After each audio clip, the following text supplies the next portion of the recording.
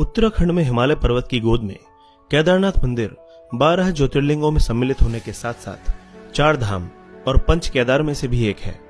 यहाँ के मुश्किल मौसम के कारण यह मंदिर अप्रैल से नवंबर महीने के बीच ही खुलता है। कत्यूरी शैली में बने पत्थरों के इस मंदिर के बारे में कहा जाता है कि इसका निर्माण पांडव वंश के राजा जन्मेजय ने कराया था। यहाँ स्थित स्वयंभू शिवलिंग अति प्राचीन है। कहा जाता है कि 8वीं शताब्दी में आदि शंकराचार्य ने इस मंदिर का जीर्णोद्धार कराया था। जून 2013 के दौरान भारत के उत्तराखंड और हिमाचल प्रदेश राज्यों में अचानक आई बाढ़ और भूस्खलन के कारण केदारनाथ सबसे अधिक प्रभावित रहा।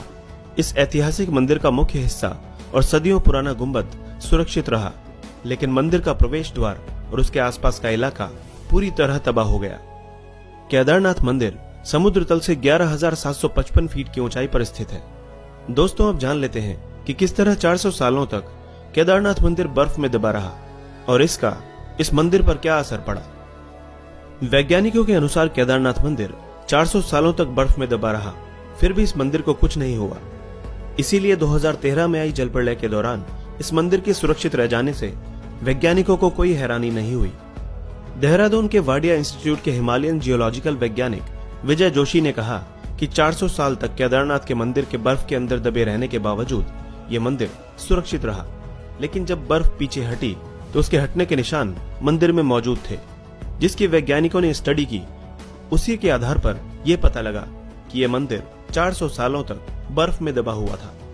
जोशी कहते हैं कि 13वीं से 17वीं शताब्दी तक यानी 400 साल तक एक छोटा हिमयुग आया था, जिसमें हिमालय का एक बड़ा क्षेत्र बर्फ के अंदर दब गया था। पहले माना जाता था कि मंदिर ग्लेशियर के अंदर है, लेकिन रिसर्च से पता चला कि यह मंदिर ग्लेशियर के अंदर नहीं बल्कि बर्फ में ही दबा हुआ था। वैज्ञानिकों के अनुसार मंदिर की दीवार और पत्थरों पर आज भी इसके निशान हैं। ये निशान ग्लेशियर की रगड़ से बने हैं। ग्लेशियर हर वक्त खिसकते रहते हैं। वे न सिर्फ खिसकते हैं बल्कि उनके साथ उनका वजन भी होता है और साथ ही कई चट्टानें भी उनके साथ होती हैं, जिसके कारण उनके मार्ग में आई हर वस्तु रगड़ खाती हुई चली जाती है। जब 400 साल तक मंदिर बर्फ में दबा रहा होगा तो सोचिए मंदिर ने इस ग्लेशियर के बर्फ और पत्थरों की रगड़ को कितना झेला होगा।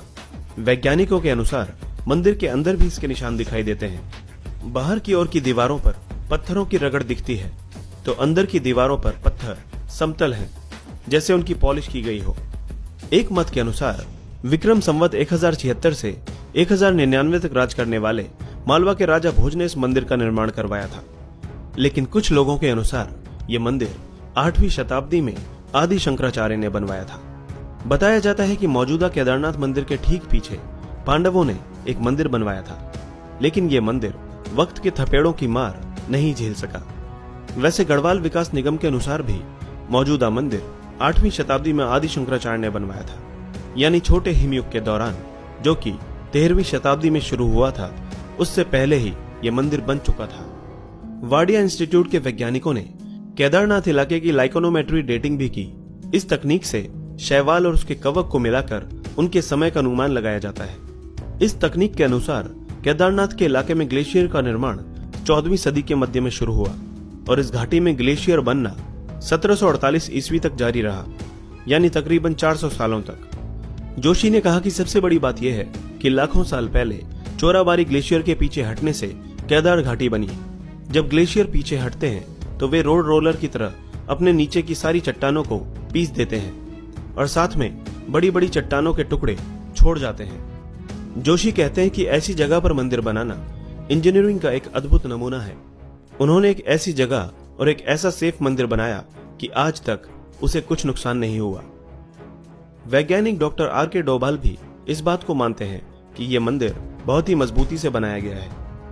केदारनाथ मंदिर 85 फीट ऊंचा, 187 फीट लंबा और 80 फीट चौड़ा है। इसकी दीवारें 12 फीट मोटी हैं और बेहद मजबूत पत्थरों से बनाई गई है। मंदिर को 6 फीट ऊंचे चबूतरे पर खड़ा किया गया है। यह भी एक हैरान करने वाली बात है कि इतने भारी भरकम पत्थरों को इतनी ऊंचाई पर लाकर और तराशकर कैसे एक मंदिर की शक्ल दी गई होगी। जानकारों का मानना है कि पत्थरों को एक दूसरे से जोड़ने के लिए इंटरलॉकिंग तकनीक का इस्तेमाल किया गया था। इसी वजह से यह मंदिर एक भूकंपरोधी इमारत में तब्दील हो गया। ये मजबूती और तकनीक ही मंदिर को नदी के बीचों बीच खड़े रखने में कामयाब हुई।